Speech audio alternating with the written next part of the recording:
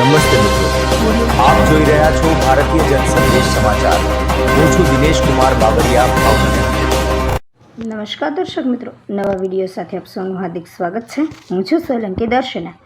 બોટાદ જિલ્લામાં આવેલ પાળિયાદ ગામે પવિત્ર અને દેહાણ જગ્યા તરીકે ઓળખાતી વિસામણ બાપુની જગ્યા ખાતે આજે અમાસના પાવન પર્વ નિમિત્તે માનવ મહેરામણ ઉમટી પડ્યું હતું. દર અમાસે મોટી સંખ્યામાં ભાવિ ભક્તો પાળિયાદ સ્થિત વિસામણ બાપુની જગ્યા ખાતે દર્શનાર્થે આવે છે. ત્યારે આજની અમાસના વિશેષ સંયોગે હજારોની સંખ્યામાં ભક્તોએ હાજરી આપી હતી. આજે વહેલી સવારથી જ પાળિયાદ ગામ તરફ ભક્તોની અવરજવર શરૂ થઈ ગઈ હતી. દૂર દૂરના વિસ્તારોમાંથી આવેલા ભક્તોએ વિસામણ બાપુના દર્શન કરી પૂજા અર્ચના કરી અને પરિવારની સુખ શાંતિ, આરોગ્ય અને સમૃદ્ધિ માટે પ્રાર્થનાઓ કરી હતી. મોટી સંખ્યામાં લોકો ઉમટી પડતા સમગ્ર વિસ્તાર ભાવિભાવથી છલકાઈ ઉઠ્યો હતો. ભક્તોએ નિર્મળ વાણી અને શ્રદ્ધાપૂર્વક દર્શન કરી ધન્યતા અનુભવી હતી. ઘણા ભક્તોએ જણાવ્યું હતું કે અમાસના દિવસે વિસામણ બાપુના જગ્યાના તથા ઠાકરના દર્શન કરવાથી વિશેષ પૂર્ણ ફળ મળે છે અને મનની ઈચ્છાઓ પણ પૂર્ણ થાય છે તેવી તેમની ગાઢ માન્યતા છે. આજના આ પાવન અવસરે ગ્રામજનોએ પણ દર્શનાર્થીઓ માટે જરૂરી વ્યવસ્થાઓ ગોઠવી હતી. સમગ્ર કાર્યક્રમ શાંતિપૂર્ણ અને ભક્તિમય માહોલમાં સંપન્ન થયો હતો. અમાસના નિમિત્તે પાળિયાદ ગામે આવેલા આ ભક્તિભર દ્રશ્યો સમગ્ર વિસ્તારમાં આસ્થા અને શ્રદ્ધાનું ઉત્તમ ઉદાહરણ બન્યા હતા. અહેવાલ રિપોર્ટર જયદેવી મંદિર, પાળિયાદ. પૂજ્ય વિસામણ બાપુની જગ્યા પાળિયાદ બાજુનું બોડીપીપળી ગામ, શાસ્ત્રી અજયભાઈ દવે મારું નામ.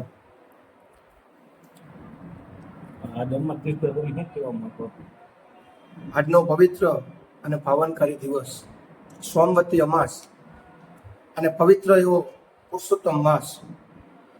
આજનો દિવસ એવું કહેવાય કે સોનામાં સુગંધ પડે, એક નહીં પણ અનેક ગણું ફળદાયી એવું આ વ્રત અને એવો આ દિવસ. પૂજ્ય ઠાકર વિસામણ બાપુની જગ્યામાં અમાસના દિવસે આપ સર્વ જાણે જ છે અને હજારો નહીં પણ લાખોની સંખ્યામાં શ્રદ્ધાળુઓ અહીંયા આવે છે. ઠાકરના આંગણે પૂજ્ય બા એવો પ્રેમ, એવો આનંદ અને અંદર એવી લાગણી કે જીવ માત્રનું કલ્યાણ થાય. ઠાકરના આંગણે ઘણી બધી સેવાઓ ચાલે છે. ઘણી બધી મોટી બણકળ, પવિત્ર ગૌશાળા, ગાયોનું સરસ મજાની સેવા, રક્તદાન કેમ્પ, ફ્રી શિબિર અને વિદ્યાને લક્ષું વિહલ ઇન્ટરનેશનલ સ્કૂલ કે દરેક પ્રકારના બાળકોને શિક્ષણ અને સંસ્કાર બંને સાથે મળી રહે. સ્પોર્ટને લગતું ઘણું બધું કાર્ય ઠાકરના આંગણે શ્રદ્ધાળુઓ આનંદ સાથે આવે છે.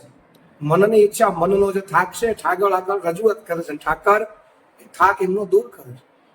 આના થકી ઠાકર જીવ માત્રનું કલ્યાણ કરે એવા ભાવ થકી આજના પવિત્ર દિવસે ઘણી બધી જનમેદની, ઘણા બધા દૂરથી હજારો માણસો ચાલતા આવ્યા, લાખો માણસો ઠાકરના આંગણે પ્રસાદ લઈ શકે.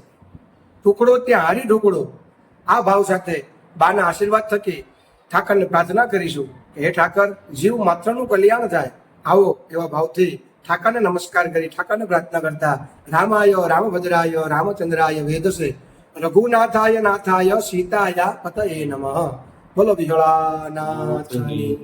આજે સોમવતી અમાસ છે, એના બાબતે તમે શું કહેવા માંગો? સોમવતી અમાસ એટલે ઘણા બધા એવા યોગ ભેગા થાય. ઘણા બધા આકાશ મંડળની અંદર ચાલતું જે સૌર્ય મંડળ છે, 9 ગ્રહો છે, 27 નક્ષત્ર, 27 યોગ, કરણ, આ પંચાંગનું જયારે શુદ્ધિકરણ ભેગું થાય ત્યારે આવો પવિત્ર દિવસ પ્રાપ્ત થાય. સોમવતી અમાસ એટલે હરિ અને હર આ બંનેની ઉપાસનાનો દિવસ. સોમવતી અમાસના દિવસે હરિ કહેતા પરમાત્મા નારાયણ અને હર કહેતા ભગવાન શિવ. હરિહરાત્મકનો દિવસ અને આ દિવસે કરેલું કાર્ય, આ દિવસે કરેલું પુણ્ય એક નહીં પણ અનન્ય ગણું પ્રાપ્ત થાય છે. એવો આ પવિત્ર દિવસ છે.